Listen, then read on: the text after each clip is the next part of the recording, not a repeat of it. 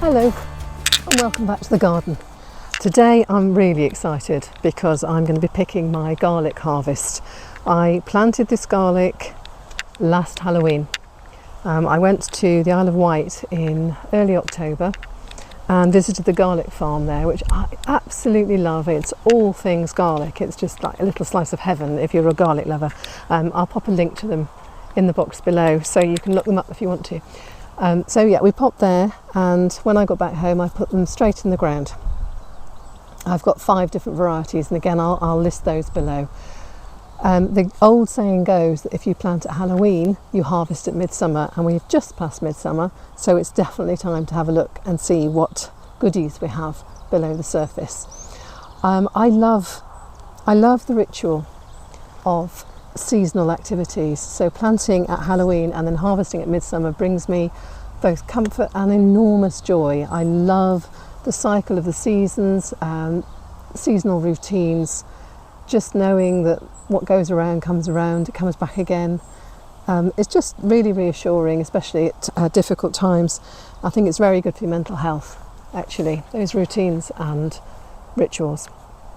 And there's a lot of those in gardening, but I think this is probably my favourite one. That whole Halloween to midsummer thing is lovely. Looking at the garlic, it has got a little bit of rust, got quite a lot of rust actually. Rust is a fungal disease of the allium family, so it affects leeks and onions and garlic.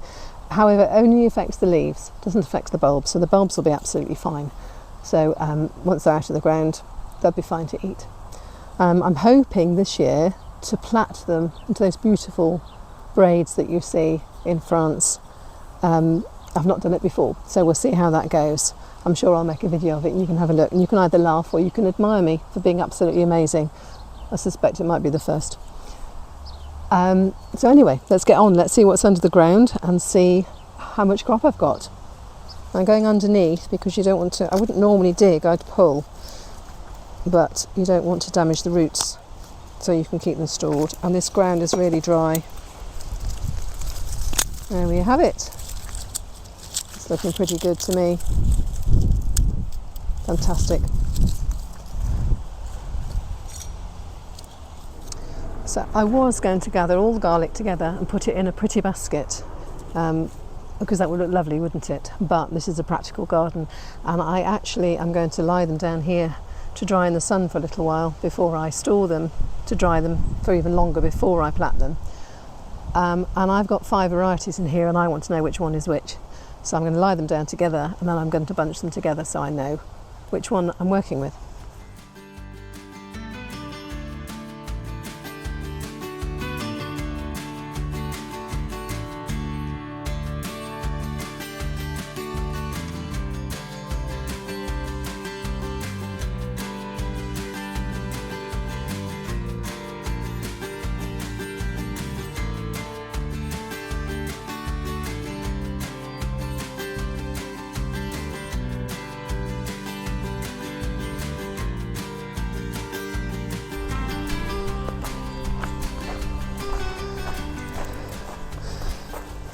So there we have it, crop of garlic, huge crop of garlic.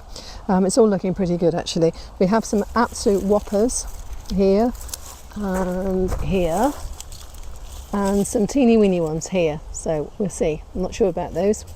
The labels that I very meticulously made back in October have faded, so I can't see what the names are.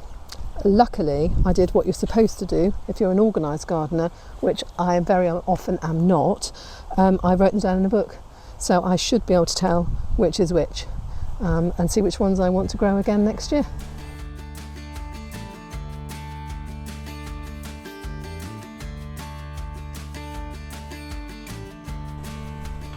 So here we are. This is a couple of days after harvest, and the heat that we've been having, because we are suffering from a heat wave at the moment in Wiltshire and most of the UK, has meant that they're drying out really, really quickly. But I just wanted to show you, because I forgot to, what rust looks like. And on the green leaves, it's obvious against the green because it's brown as well, but brown and speckly.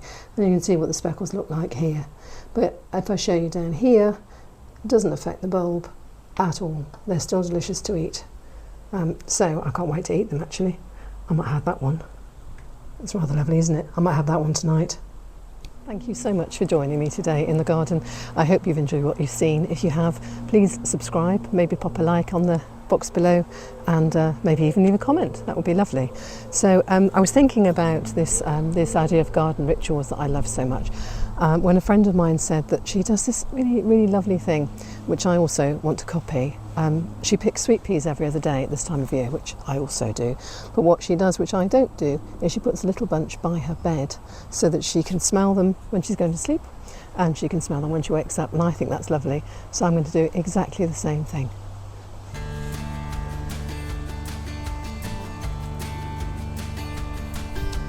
Join me again soon.